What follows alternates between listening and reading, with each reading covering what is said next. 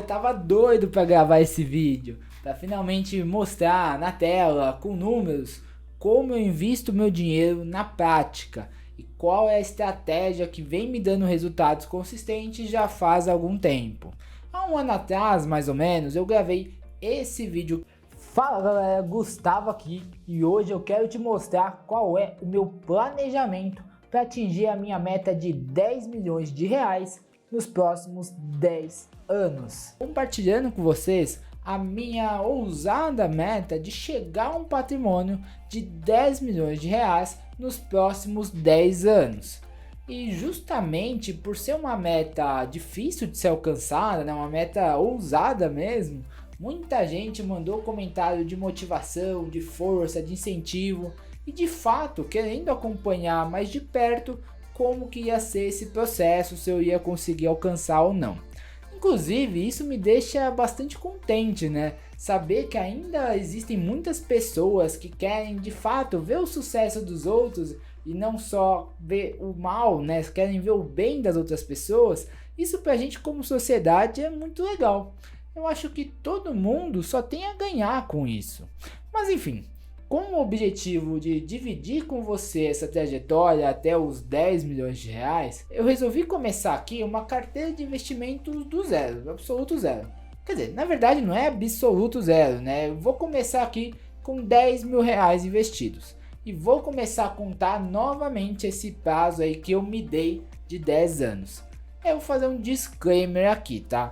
A minha carteira pessoal não é essa, né? Maior do que esse valor. Mas isso aqui não importa. A minha ideia com a carteira MCM é compartilhar qual é a metodologia que eu uso para investir o meu dinheiro e qual é o racional por trás dos investimentos que eu faço. E se você está se perguntando de onde vem o nome MCM, é justamente do meu treinamento, que é o método das cartas marcadas, onde eu ensino tudo que você vai me ver aplicando aqui na prática com o meu dinheiro, nesse vídeo e nos próximos vídeos da série. Inclusive, se você quiser conhecer mais sobre o método, sobre o MCM, aqui na descrição e no primeiro comentário vai ter um link para você assistir uma apresentação bem completa, bem detalhadinha, onde eu explico como funciona esse treinamento, né? Como que funciona todo o MCM bem destrinchado. Mas enfim, o que você quer saber é como que vai funcionar a carteira MCM, né? Então, bom, todos os meses a partir de agora, quando eu for fazer o meu aporte, eu vou fazer nessa carteira aqui, essa nova carteira.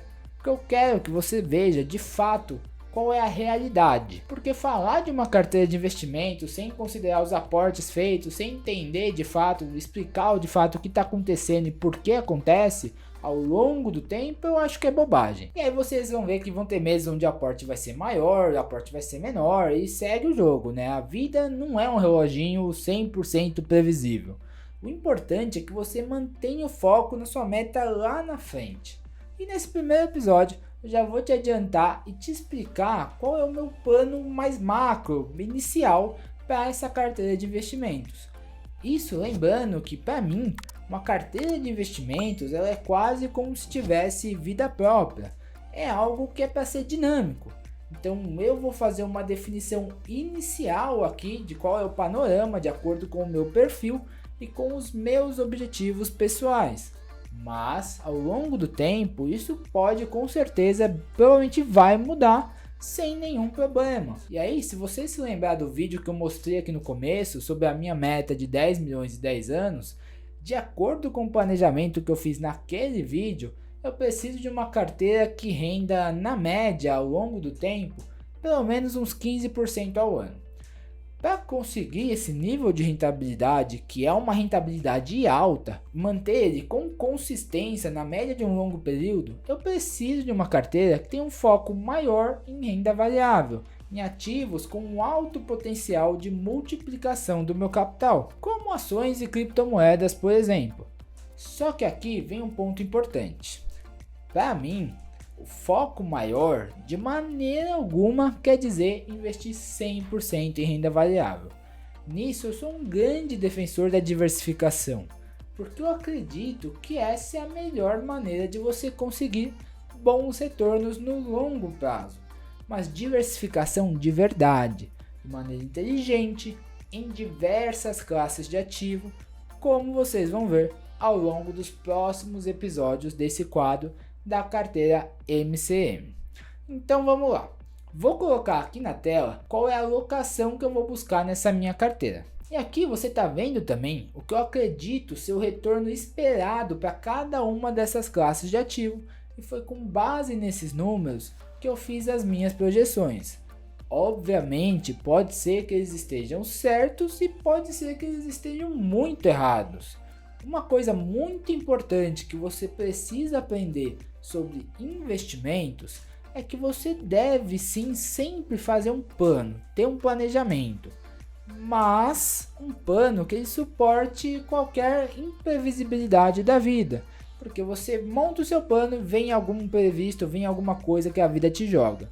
Então mesmo que você erre nas suas projeções, é importante que você ainda consiga atingir o seu objetivo final lá na frente. Então você está vendo aqui que a minha carteira ela tem 5% de caixa, 15% do que eu chamo de RFAR, né, que é a renda fixa de alta rentabilidade, 30% em ações brasileiras, 30% em ações internacionais, 10% em cripto e 10% em private equity. Sendo que com essa composição eu tenho aqui, de acordo com as minhas projeções, um retorno esperado na casa de 17% ao ano. É importante aqui dizer que todos os retornos que eu estou colocando aqui são valores nominais, mas sempre que a gente pensa em investimentos, esse nominal, na verdade, ele precisa ser acima da inflação, porque de nada adianta eu ganhar 15% em um ano como foi esses últimos 12 meses, né, terminados agora em outubro de 2021, onde a inflação foi acima de 10%. Então os meus 15, na verdade, viraram apenas 5% de ganho real acima da inflação.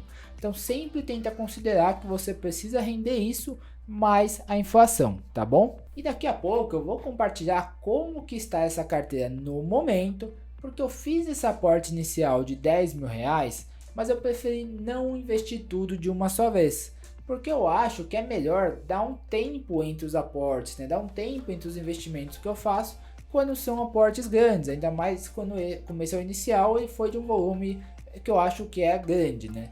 E a gente está num momento de mercado bem complicado e com muita volatilidade, então eu preferi espaçar um pouco essa primeira alocação. Agora vamos entender então qual que vai ser a minha estratégia inicial. Como eu falei, vai ser uma carteira mais focada em renda variável. Só que aqui a renda variável não é só comprar ações na bolsa de qualquer jeito. Eu penso de uma maneira mais abrangente. E aí, dentro da renda variável, eu enxergo basicamente essas 4 caixinhas: ações brasileiras, ações internacionais, criptomoedas e private equity. Esse último, para quem não conhece, é basicamente você investir em empresas de capital fechado, ou seja, empresas que ainda não estão listadas na bolsa de valores. Aqui o risco ele costuma ser maior, mas o retorno potencial desse negócio também costuma ser maior.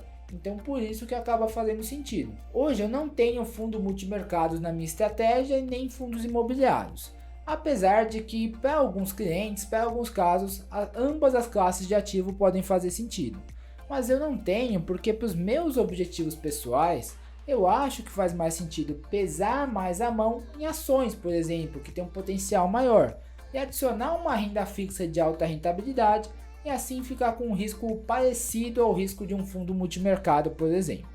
E outro ponto importante que eu já quero deixar claro é que essa é a alocação que eu vou buscar ter ao longo do tempo, mas como o mercado varia bastante para cima e para baixo, não necessariamente eu vou conseguir ficar com esses percentuais certinhos assim o tempo inteiro. A ideia é sempre rebalanceando, principalmente com os novos aportes.